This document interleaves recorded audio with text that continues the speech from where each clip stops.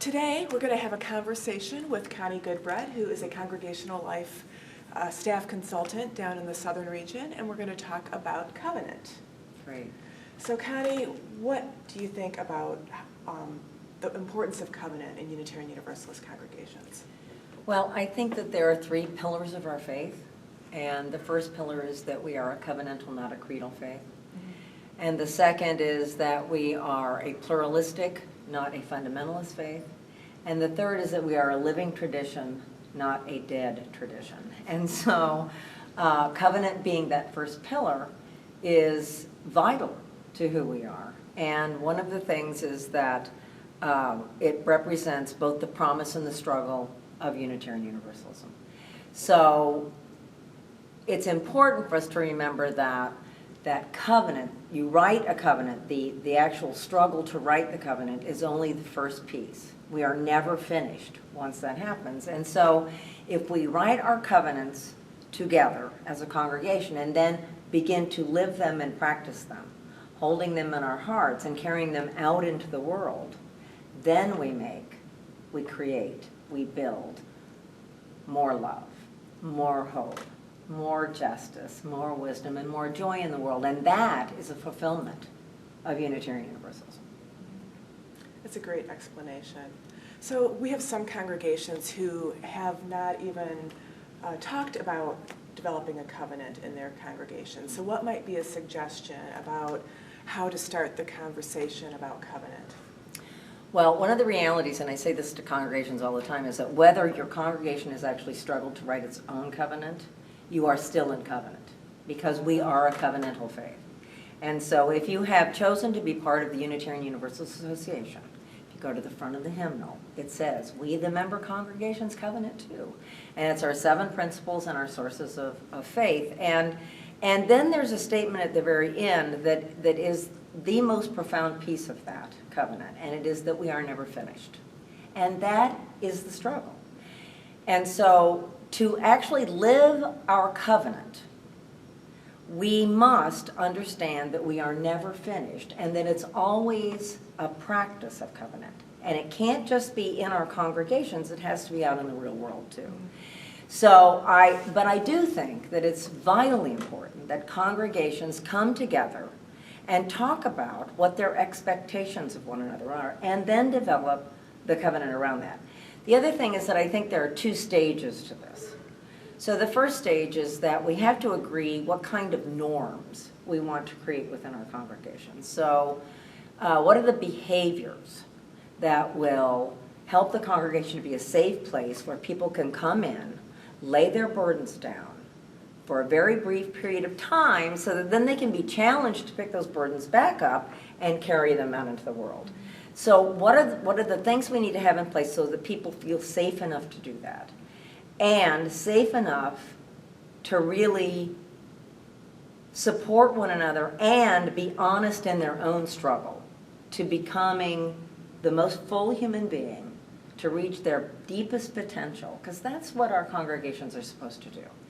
So the process of coming together, then actually discussing what are the behaviors we would like to have in our congregation to create that safe space of support and challenge. So it's not just comfort. Covenant isn't just comfort. It's also to challenge people to be their deepest selves.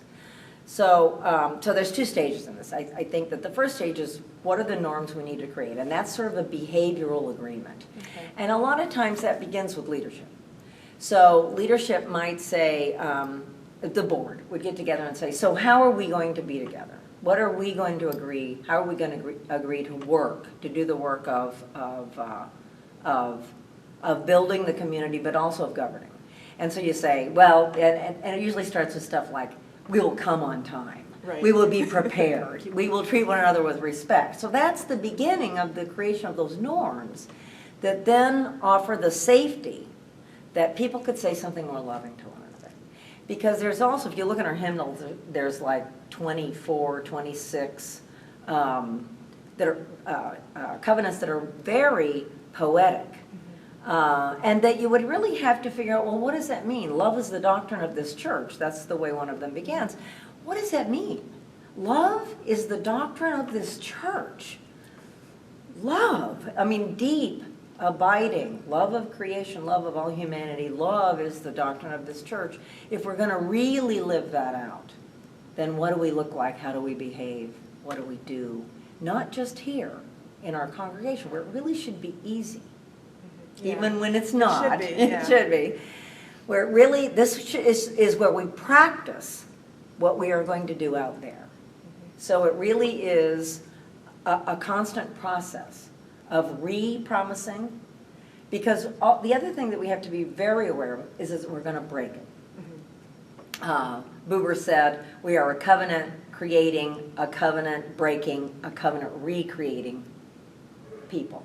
We're a being that does that over and over again. And so if you look at covenant as a promise, and that I am merely human, and I will promise to do my best, then the other piece of that is I also have to ask for forgiveness, and I have to be able to forgive.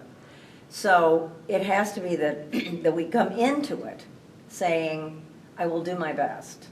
And when it doesn't happen, recognize that it didn't happen, forgive one another, and move forward. Now, there are rare times when an individual just cannot be in covenant. And a congregation has to put a boundary around that. So that's an important piece of it. That's really helpful. So another aspect of covenant is covenant versus contract. And so the idea with a contract, if the contract's broken, it's almost like you can throw it out and ignore the original promises. So covenant's different than that? Absolutely. So a covenant is they're like vows. So it's much more like I promise, a deep abiding promise. And the other thing is that I think we get confused because covenant is from our past. As we came into this particular piece of the world, we designed rules by which we were going to live, and the Cambridge platform, of course, is the beginning of that. And we were promising to one another to recognize one another, support one another, be together, work together with one another, and to admonish one another when we weren't behaving the way we promised. And so we have not, I think we're coming back into that deeper reality of existence and relationship with one another in our congregations and in the association too. But we did for a while kind of forget that we had made these vows to one another. Even though you and I may have come into the association as comer-inners and didn't understand that because we weren't teaching it then, now we are. Now we say it would be lovely if we said to individual members as they came in, we have a covenant. This is how we expect to behave. This is the expectation for you, and it is the expectation for me. And so it's vows that we take. And it's been likened to marriage. And yes, we take marriage vows, and those should be taken terribly seriously. And these are similar, different, but similar. They're vows of love, vows of behavior, vows of respect, listening, deep listening, that sort of thing. So it's not a contract. I mean, there is a piece of it that is an agreement, but it's more than that. It's deeper than that. It's much more of an abiding promise where if it's broken, we agree to stay at the table till we work it out. Okay. That's the other piece of it. It's not that we throw it out. Oh, broke out, No, broke. Oh my gosh, how do we mend this? If it can't be mended, if there are individuals in the process that just cannot do it, then that's a boundary that we would need to set. The other thing that I had also thought of something, that it's important that as folks, whether you're born into Unitarian Universalism or you're somebody who we're lucky enough to find this faith, we need to recognize that covenant is the binding that we have. So there's actually a picture where we bind ourselves together to do this work, and so it's much deeper than just a contract. That makes sense. So we talked about admonishment earlier, and when I think of the Puritans and the Pilgrims, there's kind of this culture where there's these rules out there that are, put upon us, and we as religious liberals kind of rail against that. That's right. So what happens when admonishment shows up when we're not really in covenant, or we haven't articulated those covenants? Oh, it's impossible to hear. One of the things is that, if I agree that I love you, and we understand that there's a deep love between us, then when I say to you, Renee, something's wrong here. And if I can actually begin here, covenant must begin with self. Right. So you have to say, something's wrong, where is my responsibility in this? And sometimes my responsibility is to go to you and figure out what's wrong. Sometimes my responsibility is, oh my God, I said something really boneheaded. I need to go apologize. I need to literally beg forgiveness and hope that I am given that. And, as Unitarian Universalists, there's a pride in us that sometimes won't allow us to beg forgiveness. And we really do need to humble. There's a humility in covenant that really is healthy for us. And we have to recognize that coming to a relationship with humility is a very healthy thing. I have some gifts. I don't have them all. You have some gifts. You don't have them all. But together, working towards more love, more hope, more justice, then, oh my gosh, the possibilities open up in a way that just weren't there before. So if I can admit, I'm not very good at being the treasurer, Right. or this kind of work is difficult for me. That's right. So as you're talking about this, I'm thinking a lot about our justice work around racial justice and multiculturalism. And so how do you think that might help us being in covenant with one another as we do this work? How do you think that might show up? And the world. So being in covenant with the other in some way is to say, I don't know what it is to be you. It's that moving from the golden rule to the platinum rule, so that it's and that would be not treating you like I want to be treated, but understanding that the way you want to be treated is the way you want to be treated, and we have to be in deep enough relationship that we can actually communicate, articulate our needs for mutual respect and then moving forward together. And that's, that really is that sort of cultural competency that my dominant culture assumes stiff upper lip and, all of that kind of behavior that we do, where and eye contact, time, realities, all of these things have to be, what is it like? Tell me. The other thing is that, there's a reality around communication that just fascinates me. If we are both speaking English, and I can say a sentence, and the example I like to use is in a staff meeting, I was given the assignment of leadership development. I walked away believing that I understood what my job was. I called all of the other 10 people on my staff and asked them what they thought my job was, and I got 10 different answers. Wow. And we're all speaking English, so right. and we're pretty much in the Unitarian Universalist culture. So there we were with 10 explanations of what my job was. Obviously, we had to have another discussion to come to what it was we meant by that. Right. So if that can happen between you and I, it's going to happen if I'm visiting Nigeria in a way that I would not have you can't even guess what that's going to be like. Or the African Methodist Episcopal Church down the street. Exactly. Right, that makes sense. So we have to be, so if we're actually in covenant, if we're actually living in covenant, we find ourselves living in covenant on the airplane, at the grocery store, with our families, and within our congregations, because here's where we hold it. It's not these words that we stand up in church on Sunday morning and read out loud and then put away. When we put them away, we put them in our hearts. That makes sense. And you have to carry it out into the world. Or it's not the struggle piece of it. There has to be, it's not just a promise, it's also a struggle. So in some ways, part of the promise is that I'm not going to make the meaning by myself. I am in relationship with you, and we're going to make the meaning together. That's right. So that's huge. It because, is huge. you know, man as meaning maker. That is That's right. not what we're talking about. We're Right. talking about communities that make meaning, which really is congregational polity, right? Absolutely, So- and congregationalism. You know, I mean, Right. so we're born out of that movement, and it really is that we have to walk in ways of love together, which is another piece of that covenant.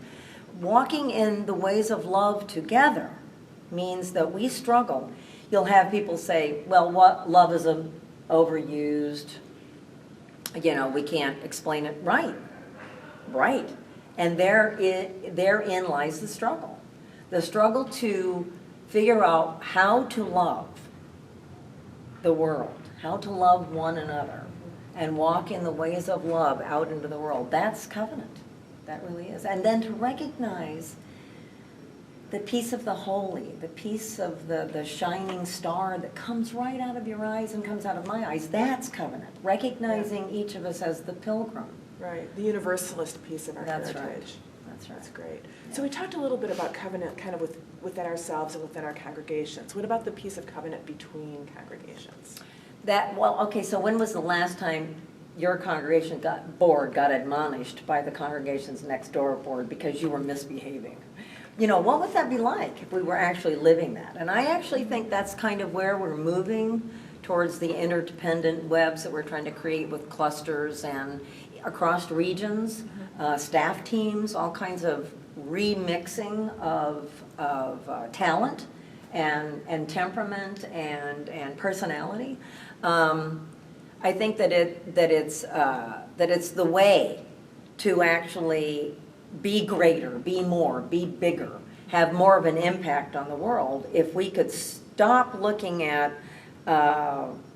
And I think that we're actually on the way of doing this. There used to be this weird thing that happened within and between congregations where it was almost like there was a competition. If there were 8 congregations in a metropolitan area, there was almost a competition between those congregations. Whereas if we were cooperating to create, build, grow, design, love a new world, a new way of being, we could just achieve so much more. And so it really does have to transcend out of the individual into the congregation, out of the congregation into the other congregations, into the world. So it's very much the ripple effect of, if I can take the covenant into me, knowing that I'm imperfect and I will fail and that I will succeed, and I can bind myself to you, and then together we can go out into the world. And sometimes I think it would be really lovely if we did an exercise where we joined hands in a circle, looking at one another, and then we were all asked to turn around and join hands, looking out, knowing that we have this wonderful circle covering us, keeping us, holding us, supporting us, loving us as we move out into the world and really, really do the work of building a better world. So it's really kind of multiplying the experience we have in our own congregations or other covenanted communities, and strengthening those bonds by connecting the communities together. That's right. So to know, I mean, in some ways we do that. You know, if a church burns down, or, you know, when the different ecological disasters have happened, we've reached out in those ways. That's right. And we see it in pride parades, right? That's one Absolutely. way we use like to cooperate. But imagine if Or we're able to do that. standing on the side of love. Yeah, that's You know, another- the yellow T-shirts. That's right. You can see it happening there too. Right. Absolutely. I also think, though, that then there's the next piece of that. So now we're looking out. So we've been looking in. Right.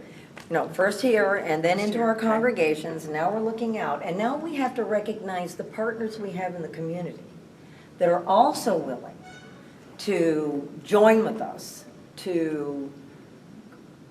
for more love, more hope, more joy, more wisdom, more justice, more joy, just more of all of those amazing values that Unitarian Universalism stands for, what's at our heart. What's the deepest seeds of the why Unitarian Universalism is so important to the world. And that's another piece, that's sort of an evolution of the Cambridge platform. They didn't actually say this, but it's kind of implied that we're going to recognize that we have partners. So just recognizing them. And sometimes we'll be partnered with people that in some ways we wouldn't agree with, but we agree with them about this. And we have to love them. We have to love everybody enough to be able to partner with people who will have differences of opinions, politically maybe, religiously maybe, but that they also want there to be more love in the world. And so we'll partner with them to do that. Makes sense. Well, thank you for this, Oh, Connie. thank you.